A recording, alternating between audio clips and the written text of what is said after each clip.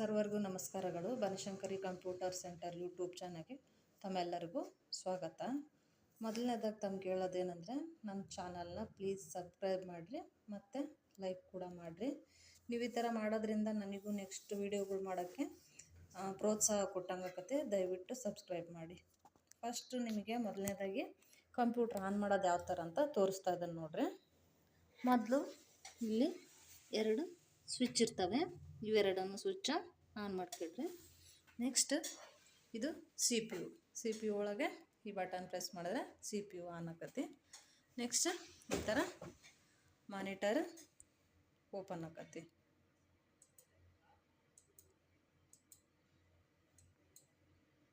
ಈ ಥರ ಓಪನ್ ಆದಮೇಲೆ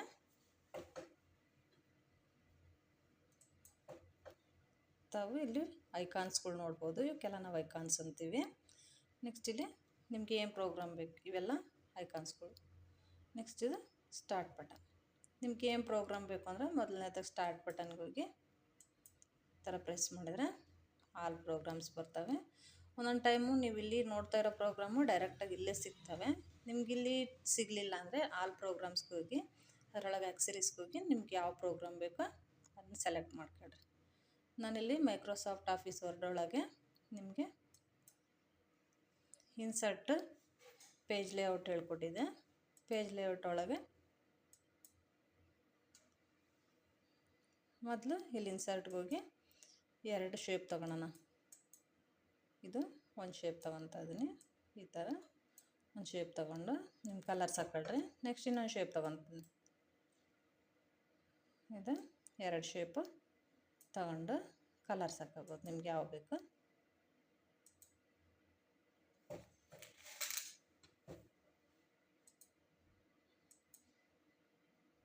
ನೆಕ್ಸ್ಟ್ ಇದನ್ನು ಸೆಲೆಕ್ಟ್ ಮಾಡ್ಕೊಂಡು ಇದಕ್ಕೊಂದು ಕಲರ್ ಹಾಕ್ತಾ ಇದನ್ನು ನೋಡ್ರಿ. ಇದು ಫಸ್ಟ್ ನಾವು ಹಿಂದಿಂದ ಇದನ್ನು ಸೆಲೆಕ್ಟ್ ಮಾಡ್ಕೊಂಡ್ರೆ ನೆಕ್ಸ್ಟ್ ಇಲ್ಲಿ ಇದು ಬ್ರಿಂಗ್ ಟು ಫ್ರಂಟ್ ಅಂತ ಐತೆ ನೋಡ್ರಿ. ಇಲ್ಲಿ ಆರೋ ಮಾರ್ಕ್ ಕ್ಲಿಕ್ ಮಾಡಿದರೆ ಈ ಥರ ಕ್ಲಿಕ್ ಮಾಡಿ ಇಲ್ಲಿ ಬ್ರಿಂಗ್ ಟು ಫ್ರಂಟ್ ಅಂತ ಕೇಳಿದರೆ ನೋಡ್ರಿ ಇದು ಹಿಂದಿದ್ದು ಶೇಪು ಮುಂದೆ ಬಂದತ್ತಿ. ನೆಕ್ಸ್ಟ್ ಇಲ್ಲೇ ಸೆಂಡ್ ಟು ಬ್ಯಾಕ್ ಅಂತ ಐತಲ್ಲ, ಇದು ಕ್ಲಿಕ್ ಮಾಡಿದ್ರೆ ಆರೋ ಮಾರ್ಕಿಗೆ ಇಲ್ಲಿ ಸೆಂಡ್ ಟು ಬ್ಯಾಕ್ ಅಂದರೆ ಇಲ್ಲಿ ಬ್ಯಾಕ್ ಹೋಗುತ್ತೆ. ಅದು ಯಾವ ಜಾಗದಲ್ಲಿರುತ್ತೆ ಅದೇ ಜಾಗಕ್ಕೆ ಹೋಗುತ್ತೆ. ನೆಕ್ಸ್ಟ್ ಇಲ್ಲಿ ಇವೆರಡು ಒಂದೊಂದು ಬೇರೆ ಬೇರೆ ಗ್ರೂಪ್ನಾಗ ಇರ್ತವೆ. ಇದನ್ನು ಶಿಫ್ಟ್ ಇಟ್ಕೊಂಡು ಕೀಬೋರ್ಡ್ ಒಳಗೆ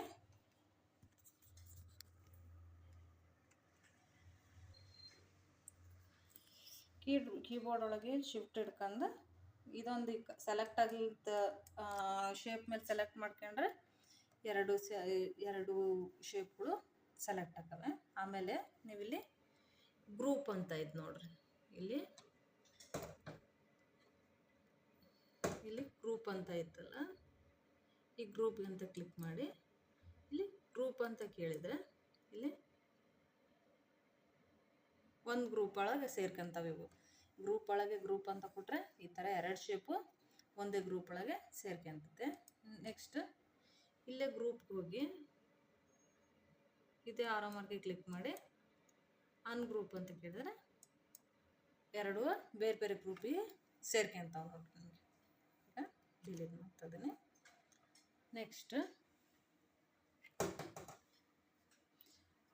ನೆಕ್ಸ್ಟ್ ಇಲ್ಲಿ ರಿವ್ಯೂ ಇಲ್ಲ ಐತೆ ನೋಡ್ರಿ. ರಿವ್ಯೂ ಇದಕ್ಕೆ ಕ್ಲಿಕ್ ಮಾಡಿ ಈ ಥರ ಓಪನ್ ಆಕತಿ. ಇಲ್ಲಿ ಫಸ್ಟು ನೀವು ಈ ಫೈಲ್ ಒಳಗೆ ಏನಾದರೂ ಒಂದು ಅಂದರೆ ನಿಮಗೆ ಒಂದು ವರ್ಡ್ ಏನಾದರೂ ಟೈಪ್ ಮಾಡಿದರೆ ಅದು ಕರೆಕ್ಟಾಗಿ ಈ ಥರದ್ದೇ ಅಕ್ಷರಗಳು ಬರ್ತವೆ ಅಂತ ನಿಮಗೆ ಗೊತ್ತಿರಬೇಕು. ನಾನೀಗ ಕಂಪ್ಯೂಟರ್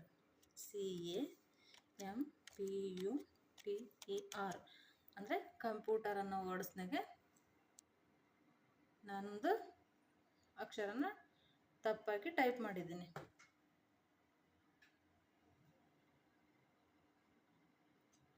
ಅವಾಗ ಏನು ಮಾಡಬೇಕು ಅಂದರೆ ಇಲ್ಲಿ ಸ್ಪೆಲ್ಲಿಂಗ್ ಆ್ಯಂಡ್ ಗ್ರಾಮರ್ ಅಂತ ಐತೆ ನೋಡ್ರಿ. ಇದಕ್ಕೆ ಕ್ಲಿಕ್ ಮಾಡಿದ ತಕ್ಷಣ ಈ ಥರ ಬರ್ತದೆ. ಸ್ಪೆಲ್ಲಿಂಗ್ ಆ್ಯಂಡ್ ಗ್ರಾಮರ್ ಅಂತ ಬರುತ್ತಲ್ಲ, ಇಲ್ಲಿ ನಾಟ್ ಇನ್ ಡಿಕ್ಷನರಿ ಅಂತತೆ ಅಂದರೆ ಡಿಕ್ಷನರಿ ಒಳಗೆ ಇದಿಲ್ಲ ಅಂತ ಹೇಳ್ತಾ ಇದ್ದೆ. ಅದು ನೆಕ್ಸ್ಟ್ ನೆಕ್ಸ್ಟ್ ಇಲ್ಲಿ ಸಜೆಷನ್ ಕೊಡುತ್ತೆ ನಿಮಗೆ, ಸಜೆಷನ್ಸ್ ಅಂತ. ಈ ಥರ ವರ್ಡ್ ನೀವು ಕಂಪ್ಯೂಟರ್ ಅಂತ ಕೊಡ್ಬೋದು ಅಂತ, ಚೇಂಜ್ ಮಾಡ್ಕೋಬೋದು ಆ ವರ್ಡ್ ಅಂತ. ಅವ ನಾವು ಇಲ್ಲೇನು ಮಾಡಬೇಕು, ಚೇಂಜ್ ಅಂತ ಐತೆ ನೋಡ್ರಿ, ಇಲ್ಲಿ ಚೇಂಜ್ಗೆ ಕ್ಲಿಕ್ ಮಾಡಬೇಕು. ಕ್ಲಿಕ್ ಮಾಡಿದ ತಕ್ಷಣ ಮೇಲೆ ಇಲ್ಲಿ ಕ್ಯಾಪಿಟಲೈಸೇಷನ್ ಅಂತ ಕೇಳಿ ಕರೆಕ್ಟಾಗಿ ಕಂಪ್ಯೂಟರ್ COMPUTER ಕರೆಕ್ಟಾಗಿ ವರ್ಡ್ ಬರುತ್ತೆ. ನೆಕ್ಸ್ಟ್ ಇಲ್ಲಿ ಚೇಂಜ್ ಅಂತ ನೀವು ಕ್ಲಿಕ್ ಮಾಡಿದ ತಕ್ಷಣ ಇಲ್ಲಿ ಕಂಪ್ಯೂಟರ್ ಅಂತ ಚೇಂಜ್ ಆಯ್ತು ನೋಡ್ರಿ, ನಾನು ಟೈಪ್ ಮಾಡಿದ್ದು. ನೆಕ್ಸ್ಟ್ ಇದು ಕೊಟ್ಮೇಲೆ ಕ್ಲೋಸ್ ಮಾಡ್ಬಿಡೋದು, ಕ್ಲೋಸ್ ಮಾಡ್ಬೇಕು. ಈ ಥರ ಕ್ಲೋಸ್ ಮಾಡಿಸಿ ಇಲ್ಲಿ ತೇಜರ್ಸ್ ಅಂತ ಐತೆ ನೋಡ್ರಿ. ತೇಜರ್ಸ್ ಅಂದರೆ ಈ ಪದಗಳಿಗೆ ನಾವೇನು ಟೈಪ್ ಮಾಡಿರ್ತೀವಲ್ಲ ಒಂದು ವರ್ಡ್ಸ್, ಆ ವರ್ಡ್ಸಿಗೆ ಅರ್ಥ ಬೇಕು ನಮಗೆ ಅಂದರೆ ಬುಕ್ಸ್ ಒಳಗೆ ರೆಫರ್ ಮಾಡಿರ್ತಾರಲ್ಲ ಆ ಥರ ಆಗಲಿ ಅಥವಾ ಕಂಪ್ಯೂಟರ್ ಒಳಗಾಗಲಿ ಕೇಳಿದರೆ ತೇಜರ್ಸ್ ಅಂತ ಕೊಟ್ಟರೆ ಇಲ್ಲಿ ಬಂತು ನೋಡ್ರಿ. ರಿಸರ್ಚ್ ಅಂದರೆ ಕಂಪ್ಯೂಟರ್ ಅನ್ನೋದಕ್ಕೆ ಏನೇನಂತ ಅರ್ಥ ಇರ್ತಾವೆ ಇಲ್ಲಿ. Processor, CPU, central processing unit ಅಂದರೆ CPU, main frame, super computer, work stations, PC, laptop, notebook ಈ ಥರ ಬರ್ತವೆ. ಇಲ್ಲಿ ಆಲ್ ರೆಫರೆನ್ಸ್ ಬುಕ್ಸ್ ಅಂತ ಐತೆ ನೋಡ್ರಿ. ನೋಡಿದ್ಮೇಲೆ ಅರ್ಥನ ಇಲ್ಲಿ ಕ್ಲೋಸ್ ಮಾಡ್ಕೊಳ್ರಿ. ನೆಕ್ಸ್ಟ್ ಇಲ್ಲಿ ವರ್ಡ್ ಕೌಂಟ್ ಅಂತ ಐತೆ ನೋಡ್ರಿ. ವರ್ಡ್ ಕೌಂಟ್ ಕ್ಲಿಕ್ ಮಾಡಿದರೆ ನೀವು ಈ ಥರ ಓಪನ್ ಆಕತ್ತೆ. ಅಂದರೆ ನೀವು ಇಲ್ಲಿ ವರ್ಡ್ ಕೌಂಟ್ ಒಳಗೆ ಎಷ್ಟು ಪೇಜಸ್ ಮಾಡಿದ್ದೀರಾ, ಎಷ್ಟು ಪೇಜಸ್ಗಳು ನೀವು ತೊಗೊಂಡಿದ್ದೀರಾ, ಇಲ್ಲಿ ಎಷ್ಟು ವರ್ಡ್ಸ್ ಟೈಪ್ ಮಾಡಿದ್ದೀರಾ, ಆಮೇಲೆ ಸ್ಪೇಸ್ ಕೊಟ್ಟು ಎಷ್ಟು ಅಕ್ಷರಗಳು ಟೈಪ್ ಅಥವಾ ವರ್ಡ್ಗಳು ಟೈಪ್ ಮಾಡಿದ್ದೀರಾ, ವಿತ್ ಸ್ಪೇಸ್ ಇದು ಅಂದರೆ ಸ್ಪೇಸ್ ಕೊಟ್ಟು ಮಾಡಿರೋದು, ಇನ್ನೂ ಸ್ಪೇಸ್ ಇಲ್ದೆಲ್ಲ ಎಷ್ಟು ಟೈಪ್ ಮಾಡಿದ್ದೀರಾ ಅಂತ. ನೆಕ್ಸ್ಟ್ ಇದು ನೀವು ಎಷ್ಟು ಪ್ಯಾರಾಗ್ರಾಫ್ ಮಾಡಿದ್ದೀರಾ, ಇದಿಷ್ಟು ಲೈನ್ ಐತಿ ಅಂತ ನೋಡ್ಬೋದು ಅಷ್ಟೇ ವರ್ಡ್ ಕೌಂಟ್ನಾಗೆ. ನೋಡಿದ್ಮೇಲೆ ಕ್ಲೋಸ್ ಕೊಡ್ರಿ. ನೆಕ್ಸ್ಟ್ ಇಲ್ಲಿ ನ್ಯೂ ಕಾಮೆಂಟ್ ಅಂತ ಐತೆ. ನೀವೇನಾದರೂ ಒಂದು ವರ್ಡ್ ಟೈಪ್ ಮಾಡಿ ಅದಕ್ಕೆ ಸಂಬಂಧಪಟ್ಟಾಗೆ ಕಾಮೆಂಟ್ಗಳು ಕೊಡ್ಬೋದು. ಇಲ್ಲಿ ನ್ಯೂ ಕಾಮೆಂಟ್ ಅಂತ ಕ್ಲಿಕ್ ಮಾಡಿದರೆ ಈ ಥರ ನೀವು ಕಾಮೆಂಟ್ಗಳು ಕೊಡ್ಬೋದು. ಇಲ್ಲಿ CPU ಅಂತ ಕಂಪ್ಯೂಟ್ರಿಗೆ ಸಂಬಂಧಪಟ್ಟಂಗೆ CPU ಅಂತನಾದರೂ ಕೊಡ್ಬೋದು ಅಥವಾ ಕೀಬೋರ್ಡ್ ಅಂತನಾದರೂ ಕೊಡ್ಬೋದು. ನೆಕ್ಸ್ಟ್ ಇಲ್ಲಿ ಇನ್ನೊಂದು ಐತಲ್ಲ, ಇಲ್ಲಿ ಕ್ಲಿಕ್ ಮಾಡಿ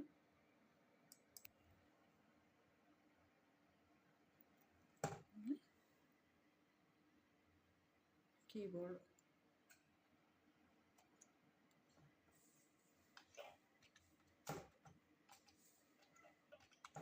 ಈ ಥರ ಕಾಮೆಂಟ್ಗಳು ಕೊಟ್ಕೋಬೋದು ನೀವು. ನೆಕ್ಸ್ಟ್ ಇಲ್ಲಿ ನೀವು ಡಿಲೀಟ್ ಅಂತ ಐತಲ್ಲ, ನೀವು ಕಾಮೆಂಟ್ಗಳು ಬೇಕಾದ್ರೆ ಒಂದು ಡಿಲೀಟ್ ಮಾಡ್ಕೋಬೋದು. ಇಲ್ಲಿ ಡಿಲೀಟ್ ಅಂತ ಹೋಗಿ ಇಲ್ಲಿ ಆರೋ ಮಾರ್ಕ್ ಕ್ಲಿಕ್ ಮಾಡಿ ಡಿಲೀಟ್ ಅಂತ ಕೊಟ್ಟು ಕಾಮೆಂಟ್ ಒಂದು ಡಿಲೀಟ್ ಆಯ್ತು. 2 ಕಾಮೆಂಟ್ ಇದ್ವು, ನಾವು ಒಂದು ಕಾಮೆಂಟ್ ಅಷ್ಟೇ ಬಿಟ್ಟಿದ್ದೀನಿ. ನೆಕ್ಸ್ಟ್ ಇಲ್ಲಿ ಕಾಮೆಂಟ್ ಕೊಟ್ಟಿರೋ ಪಕ್ಕ ಇಲ್ಲಿ ಕರ್ಸರ್ ಇಟ್ಟು ಎಂಟರ್ ಕೊಟ್ಟರೆ ನೆಕ್ಸ್ಟ್ ಲೈನಿಗೆ ಬರ್ತದೆ. ಅಂದರೆ ಬುಕ್ ಅಂತ ಕೊಟ್ಟು ಇಲ್ಲಿ ನೀವು ಕಾಮೆಂಟ್ಗೆ ಕ್ಲಿಕ್ ಮಾಡಿದರೆ ಇಲ್ಲಿ ನೆಕ್ಸ್ಟ್ ನೀವು ಕಾಮೆಂಟ್ ಕೊಡ್ಬೋದು. ಬುಕ್ಕಿಗೆ ಪೆನ್ ಆದರೂ ಕೊಡ್ಬೋದು ಅಥವಾ ನೋಟ್ಬುಕ್ ಅಂತನಾದರೂ ಕೊಡ್ಬೋದು.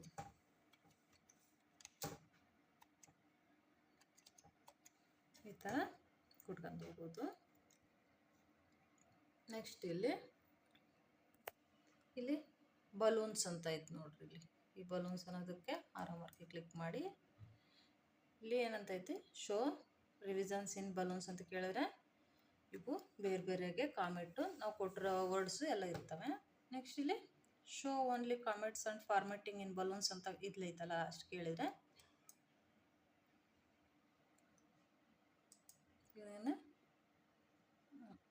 ಈ ಥರ ಬೇರೆ ಬೇರೆನೇ ಇರ್ತವೆ. ನೆಕ್ಸ್ಟ್ ಇಲ್ಲಿ show all revisions in line ಅಂತ ಕೇಳಿದರೆ ಮಧ್ಯದಾಗೆ ಈ ಥರ ಕ್ಲಿಕ್ ಮಾಡಿದರೆ ನಾವು ಕಾಮೆಂಟ್ ಕೊಟ್ಟಿರೋದು ವರ್ಡ್ ಟೈಪ್ ಮಾಡಿರೋದು ಎರಡೂ ಒಂದೇ ಹತ್ರನೇ ಬರ್ತವೆ. ಆಮೇಲೆ ನೀವು ಶೋ ಬಲೂನ್ಸ್, ಇಲ್ಲಿ ಬಲೂನ್ಸ್ಗೆ ಹೋಗಿ show only comment and formatting in balloon ಅಂತ ಕೇಳಿದರೆ ನಾವು ನಾರ್ಮಲಾಗಿ ಯಾವ ಥರ ಟೈಪ್ ಮಾಡಿರ್ತೀವ ಅದೇ ಥರನೇ ಬರ್ತದೆ. ನೆಕ್ಸ್ಟ್ ಇಲ್ಲಿ ಡಿಲೀಟ್ ಅಂತ ಕೇಳಿ delete all comments in document ಅಂತ ಕೇಳಿದ್ರೆ ನಾವು ಕಾಮೆಂಟ್ ಕೊಟ್ಟರವೆಲ್ಲ ಹೋಗ್ತವೆ. ನೆಕ್ಸ್ಟ್ ಇಲ್ಲಿ ಟ್ರ್ಯಾಕ್ ಚೇಂಜಸ್ ಅಂತ ಐತೆ ನೋಡಿರಿ, ಇಲ್ಲಿ ಕ್ಲಿಕ್ ಮಾಡಿ.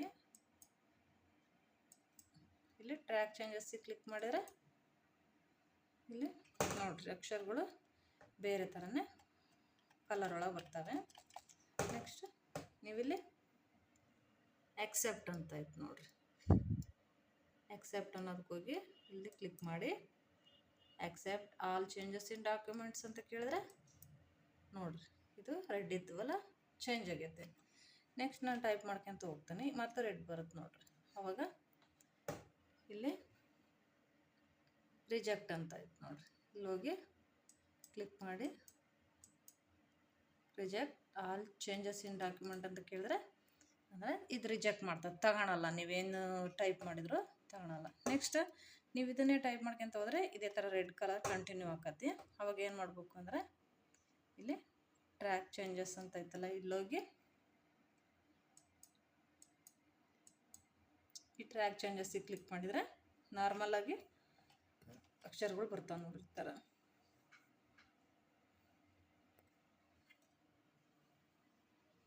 ನೆಕ್ಸ್ಟ್ ಇಲ್ಲಿ ಕಂಪೈರ್ ಅಂತ ಐತೆ ನೋಡಿರಿ, ಕಂಪೈರ್ ಒಳಗೆ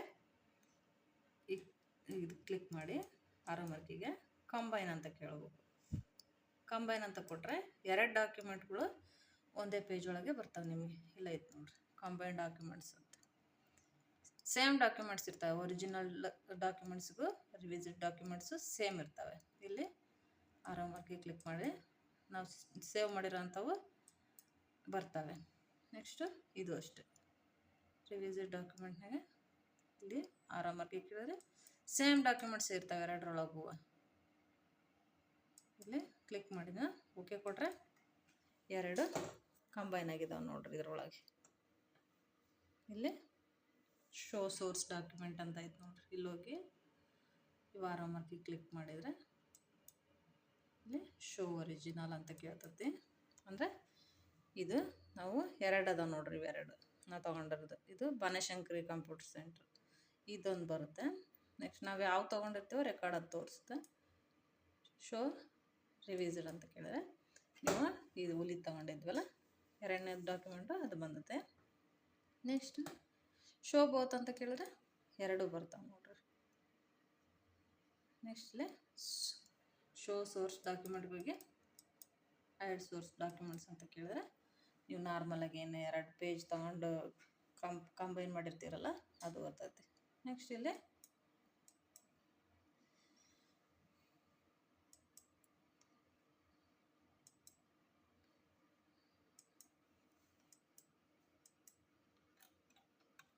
ನೀವು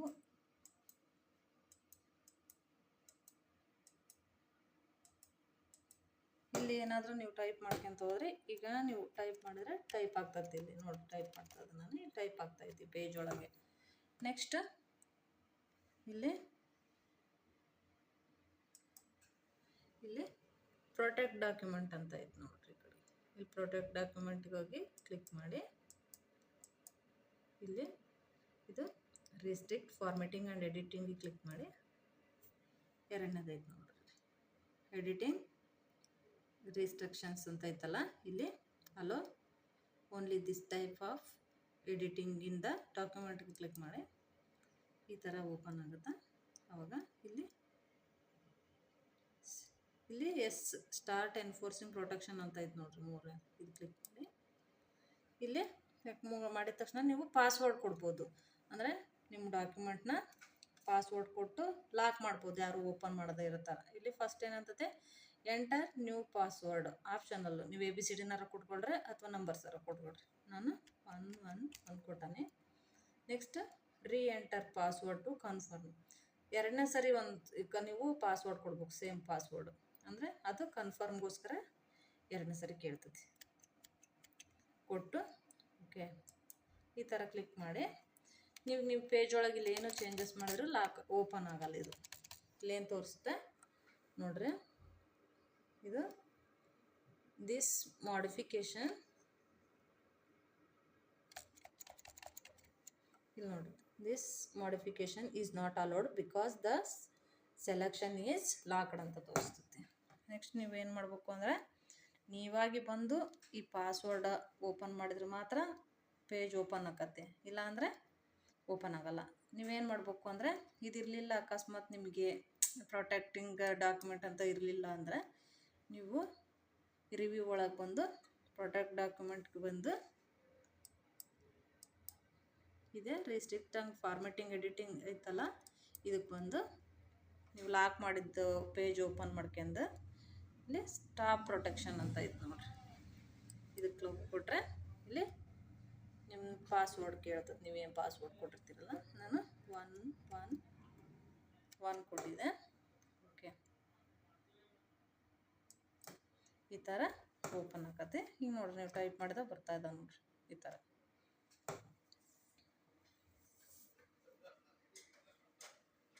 ನೆಕ್ಸ್ಟ್ ಇದನ್ನ ಪಾಸ್ವರ್ಡ್ ನೀವು ಎಲ್ಲ ಕೊಟ್ಟು ಓಪನ್ ಆದಮೇಲೆ ಕ್ಲೋಸ್ ಮಾಡಿರಿ. Thank you.